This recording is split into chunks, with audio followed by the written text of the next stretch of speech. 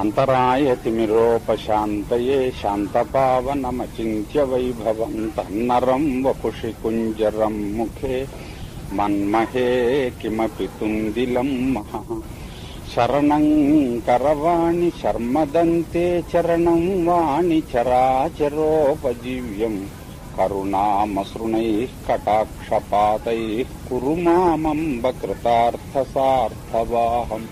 గురుర్బ్రహ్మా గురుర్విష్ణుర్గురుర్దేవో మహేశ్వరః గురుః సాక్షాత్ పరం బ్రహ్మ తస్మై శ్రీ గురవే నమః. వ్యాసం వసిష్ఠనప్తారం శక్తేః పౌత్రమకల్మషం పరాశరాత్మజం వందే సుకతాదంతపోనిధిం. అచతుర్వదనో బ్రహ్మా ద్విబాహురపరో హరిః అఫాలలోచనః శంభుర్భగవాన్ బాదరాయణః. వంశీ విభూషితకరన్నవనీరదాభాత్ పీతాంబరాదరుణబింబఫలాధరోష్ఠాత్ పూర్ణేందు సుందరముఖాదరవిందనేత్రాత్ కృష్ణాత్ పరం కిమపి తత్వమహం న జానే. గోష్పదీకృతవారాశిం మశకీకృతరాక్షసం రామాయణ మహామాలారత్నం వందే నీలాత్మజం. ఆపదామపహర్తారం దాతారం సర్వసంపదాం లోకాభిరామం శ్రీరామం భూయో భూయో నమామ్యాం. పూజ్యాయ రాఘవేంద్రాయ సత్యధర్మరతాయ చ భజతాం కల్పవృక్షాయ నమతాం కామధేనవే. నారాయణం నమస్కృత్య నరం చైవ నరోత్తమం దేవీం సరస్వతీం వ్యాసం తతో జయముదీరయేత్. ఆశాకరణం కర్తవ్యం భూతివీక్షత ఇవన్నీ కూడా చెయ్యాలి. ఆశ కల్పిస్తూ ఉంటే వాడు అలా పడి ఉంటాడు. సరిగ్గా ఇంకో చెట్టు లాంటి వాడు అనుకో పరిపాలకుడు అంటేను అన్నాడు. సుపుష్పిత స్యాత్ బాగా పువ్వులు పుయ్యాలి కానీ కాయకూడదు. అంటే ఏమిటన్నమాట, ఆప్యాయంగా మాట్లాడాలి.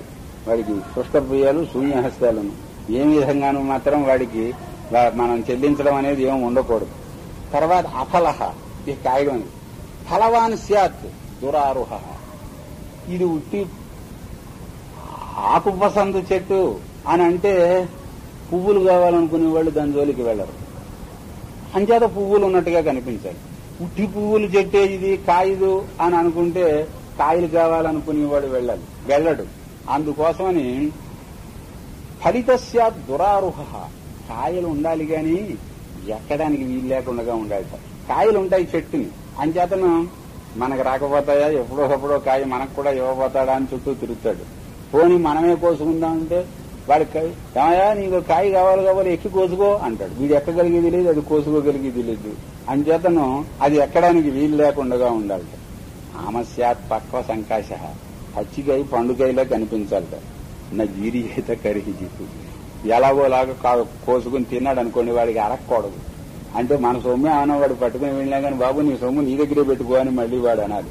ఇలా ఉండాలట పరిపాలకుడు లక్షణం అంటేను అని చెప్పి సామాన్యంగా జాగ్రత్త మంచిదని చెబుతూ ఉంటారు రాజకీయాల్లోనూ. కానీ జాగ్రత్త మాత్రమే వహించి ఉండడం కూడా ఎప్పుడూ చెప్పుకోవడానికి లేదు. ఒక్కొక్కప్పుడు సాహసం చెయ్యాలి. ప్రాణాలు పోతాయేమో అనిపించే పరిస్థితి రావచ్చు. నా సంశయం అనారుహ్య నరో భద్రాన్ని పశ్యతి సంశయం పునరారుహ్య ఇది జీవతి పశ్యతి. ఒక్కొక్కప్పుడు ప్రాణాలు పోతాయనే పరిస్థితి కూడా తెచ్చిపెట్టుకోగలుగుతారు పరిపాలకులు. ఎందువల్ల అంటే బతికుండి ప్రయోజనం లేదు. నెగ్గాడా ఇక వీడికి వచ్చేటటువంటి లాభం అంతా ఇంత కాదు. పోయాడా ఎలాగో పోయేవాడే. అంచేతను మనిషి సంశయ పరిస్థితుల్లో చిక్కుకోవడానికి కూడా సందేహించకూడదు అని ఇలాగా ధృతరాష్ట్ర మహారాజు గారికి చెప్పాడు. నాస్య కృత్యాని బుద్ధేరన్ మిత్రాణి రిపవస్తథా. వీడు ఏదైనా ఓ పని చేస్తున్నాడంటే ఈ పరిపాలకుడు వీడు ఎందుకు ఈ పని చేస్తున్నాడో స్నేహితుడికి తెలియకూడదట, శత్రువుకి తెలియకూడదట. వాడికి ఒకప్పుడే తెలియాలట. పని పూర్తయిన తర్వాత ఇందుక వీడు 2 సంవత్సరముల క్రితం ఈ మాట అన్నాడు అని వాడికి అప్పుడు తెలియాలట. ఈ లోపల మాత్రం వాడికి తెలియనివ్వకూడదట. దాన్ని శత్రువుకే కాదు స్నేహితుడికి కూడా తెలియనివ్వకూడదు అని. ఆరబ్ధాన్యేవ పశ్యేరన్ సుపర్యవసితాన్యపి. మొదలుపెట్టిన తర్వాతనైనా తెలియాలి, పరిణామం కూడా పూర్తి అయిపోయి అంతా అయిన తర్వాతనైనా తెలియాలి. అంతేగాని సంకల్ప స్థితిలో మాత్రం ఎవరికీ తెలియటానికి వీల్లేదు. ఆశ చూపించడం అంటే ఏమిటో చెప్పాడండి. ఇదైతే మనకి ఏ రాజకీయ నాయకుడితో మాట్లాడినా గానీ ఆహా ఓహో అని మనలో మనం వేరేళ్లలాగా సంతోషించాల్సి వస్తుంది. ఏమిటంటే ఆశాం కాలవతీం కుర్యాత్. లేకపోతే ఊరికి ఆయన అలాగే అంటాడు కానీ ఊరికి ఆశ పెట్టడమే కానీ ఏం లాభం లేదు అని అనిపిస్తుంది. నెలలు పోయాక కనపడండి అన్నాడు. ఆశాం కాలవతీం కుర్యాత్. ఆహా ఈ నెల అయిన తర్వాత మనకిస్తాడు అనేటటువంటి ఆశ ఉంటే ఈ నెలలు తిరుగుతాడు వాడు కనీసం. ఆ తర్వాత ఊరు కొద్దిలో తగ్గిపోయింది, ఇంకొక 2 నెలలు పోనీ అంటే మరో 2 నెలలు తిరుగుతాడు వీడు మన చుట్టూను. అంచేత ఆశాం కాలవతీం కుర్యాత్. ఒక గడువు పెట్టాలి. కాలం విఘ్నేన యోజయేత్. నెలలు పోయాక కనపడు. అప్పుడు గనక బ్యాంకు వాడు ఏ అబ్జెక్షన్ పెట్టకుండా ఉంటే నీకు ఇస్తాను అంటాడు. అలాగా ఒక ముందే తీరా అనుకున్నంత అయింది మేనేజర్ అబ్జెక్షన్ పెట్టాడు అని అంటాడు. ముందరే అన్నాడుగా అంచేత వీడు కొత్తగా కల్పించాడని అవతల వాడు అనుకోడు. అంచేత కొంచెం విఘ్నం కలపాలట దానికి. ఆశ కాలానికేమో కొంచెం విఘ్నం ముందరే జోడించి అట్టేపెట్టు. విఘ్నం నిమిత్తతో బ్రూయాత్. ఆ విఘ్నం కూడా ఊరికే చెప్పడం కాకుండా అతను మాత్రం ఏం చేస్తాడులే, మరి పైవాడు రాటిఫై చేయాలి కదా, వాడు ఆ శాంక్షన్ చేయకపోతే వాడు మాత్రం ఏం చేస్తాడు అని అది కొంచెం సకారణంగా కనిపించేటట్లుగా చెప్పాలి. నిమిత్తం వాపి హేతుత. ఆ చెప్పినటువంటిది యుక్తియుక్తంగా ఎవడు మరొకటి దాన్ని ఫుల్ ప్రూఫ్ అంటామే అలాగా ఉండాలి. మళ్ళీ వీడిని శంకించడానికి వీలు లేకుండా ఉండాలి. కనుక అబ్బాయి ఇది సంగతి.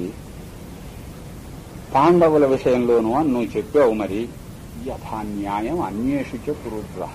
శాస్త్రం నీకు చెప్పాను కదా, దీన్ని బట్టి పాండవుల విషయంలో ఎలా ప్రవర్తించాలో ఇతరుల విషయంలో ఎలా ప్రవర్తించాలో నువ్వు తెలుసుకుని గనక ప్రవర్తిస్తే నువ్వు మునిగిపోవడం అంటూ ఉండదు, ఇక తేలటం తప్పొచ్చి.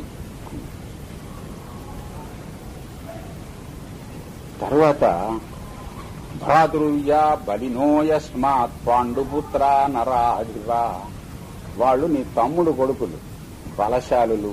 అంత జాగ్రత్తగా ఆలోచించి పశ్చాత్తాపో యథా నశ్యాత్ తథా నీతిని విధీయతం. తర్వాత మళ్లీ విచారించవలసిన అవసరం లేకుండా విధానం ఏమిటో పాలసీ ఏమిటో ఇప్పుడే నిర్ణయించుకో అన్నాడు. ఇంత చెప్పినా కణికుడు తన తప్పు ఏమీ అట్టే పెట్టుకోలేదు. అక్కడ ఉన్నటువంటి మాటది. వాళ్ళెవరూ భ్రాతృవ్యులు, తమ్ముడు కొడుకులు, బలవంతులు. ఒక అనుకూలమైన అంశం ఉంది, ఒక వ్యతిరేకమైనటువంటి అంశం ఉంది. ఒకలాగా ఆలోచిస్తే ఇవి రెండు కూడా వ్యతిరేక అంశములుగానే కనిపిస్తాయి. సోదరుడు కొడుకులు అంటే జ్ఞాతులు వీళ్ళు. జ్ఞాతిశ్చేది అనలేన కిమ్ అని చెప్పని జ్ఞాతి ఉంటే వేరే నిప్పు అక్కర్లేదు. మన ఇంటి పేరు వాడు ఒకడు మన పక్కన ఉన్నాడు అంటే చాలు, మనం గొయ్యి తవ్వుకోక్కర్లేదు, వాడు తవ్వుతూనే ఉంటాడు వాడు కనుక. అంచేత వాడే నిప్పు అయిపోతాడు వాడు. అంచేత జ్ఞాతిశ్చేది అనలేన కిమ్ అన్నారు. అంచేతను వాడు సోదరుడు తమ్ముడు కొడుకులు వాళ్ళు నీ రాజ్యానికి ఎంత అడ్డం. ఇది వ్యతిరేక దృష్టితో చూస్తూ ఎంత నీ రాజ్యానికి అడ్డం వస్తారని అనిపించినా తమ్ముడు కొడుకులయ్యా, వాళ్ళు పరాయి వాళ్ళు కాదు. రాజనీతి విషయంలో ఇలా ప్రవర్తించమన్నాం కదా అని తమ్ముడు కొడుకుల్ని మరి నాశనం చేయడం చేయకపోవడం అనేది జాగ్రత్తగా నిశ్చయించుకో. అంత పూర్వం ఒకటి చెప్పాడు, ఐశ్వర్యం కావాలో అక్కర్లేదో ముందర నిర్ణయించుకో. ఐశ్వర్యం కావాలి అని నిర్ణయించుకున్న కొన్ని శ్లోకాలు వదిలేశాను, అందులో ఇది ఉంది. ఐశ్వర్యం కావాలి అని నిర్ణయించుకున్న తర్వాత మాత్రము తల్లి, బిడ్డ, అన్న, తమ్ముడు, ఇల్లా, తండ్రి, బంధువు ఈ ఆలోచన ఏం పెట్టుకోకూడదు అని ఒక నీతి చెప్పాడు అక్కడ. అందుచేతను వాళ్ళు సోదర పుత్రులు, బలవంతులు. సోదర పుత్రులు గనక బలవంతులు కూడా గనక బంధుత్వం దృష్టితోటి చూసినా, బలవద్ విరోధం అన్న దృష్టితోటి చూసినా వాళ్ళ జోలికి వెళ్లకుండా ఉండడం మంచిది. వాళ్ళనేదో వాళ్ళ బతుకు వాళ్ళని బతకనిస్తే మంచిది అని మంచిగా చెప్పినట్టు అయింది. వీడి జ్ఞాతి గనక వాడిని ముందరే తీసేసేయడం అవసరం. బలవంతులు కూడా గనక ఇక ముందు ఇంకా బలవంతులయ్యారంటే అప్పుడు వాళ్ళని ఏమీ చేయలేకుండా తయారవుతావు. కావలసిన వాళ్ళని చంపినందుకు పశ్చాత్తాపడవలసి వస్తుందేమో, కానీ కావలసిన వాళ్ళనే జాలితోటి ఇప్పుడు ఉపేక్షిస్తే ఆ వేళ ఎందుకు చంపాం కాదు అని తర్వాత పశ్చాత్తాపడాల్సి వస్తుందేమో అని ధృతరాష్ట్రుడి నిర్ణయానికి వదిలేశాడు. ఆ చివరి మాట మాత్రం ఎటు చూస్తే అటు కనిపించేటట్లుగా తన నేర్పంతా ఉపయోగించి అన్నాడు. ధృతరాష్ట్రుడు ఎటు చూస్తున్నాడు? అసూయ నుంచి చూస్తున్నాడు వీడు. అంచేతను ధృతరాష్ట్రుడికి వీళ్ళు జ్ఞాతులు, బలవంతులు, అందుచేతను మన ఐశ్వర్యానికి అడ్డం వచ్చేవాడిని బతకనివ్వకూడదు అనేది ఈయన మనస్సులో స్థిరపడుతుంది. స్వస్తి ప్రజాభ్య పరిపాలయంతాం న్యాయేన మార్గేణ మహీం మహిషా గోబ్రాహ్మణేభ్య శుభమస్తు నిత్యం లోకాః సమస్తాః సుఖినో భవంతు.